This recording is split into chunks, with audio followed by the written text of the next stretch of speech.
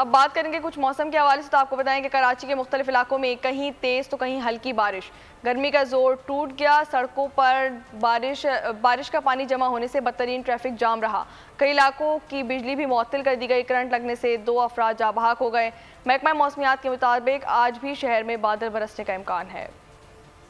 कराची में बरखा रुत, मुख्तलिफ इलाकों में कहीं हल्की और कहीं तेज बारिश। जमीन की प्यास मजीद भड़क गई, हब्स बढ़ गया। शहर में गर्मी कम न हुई। सबसे ज्यादा बारिश नाजिमाबाद पापोश नगर में 37 मिलीमीटर रिकॉर्ड की गई। किमाड़ी में 25 मिलीमीटर, माड़ीपुर में 23 मिलीमीटर, कोरंगी में 22 मिलीमीटर बारिश रिकॉर्ड की गई। कायदाबाद में 12 मिलीमीटर, औरंगी में 4 मिलीमीटर और DHA फेज 2 में 3 मिलीमीटर बारिश हुई। बारिश की बौछार के साथ ही के इलेक्ट्रिक का नाकारा सिस्टम बैठ गया। 250 फीडर्स ट्रिप कर गए। बड़ा इलाका बिजली से महरूम हो गया। महकमा मौसमियात ने आइंदा 24 घंटों के दौरान मजीद बादल बरसने की पेशगोई कर दी।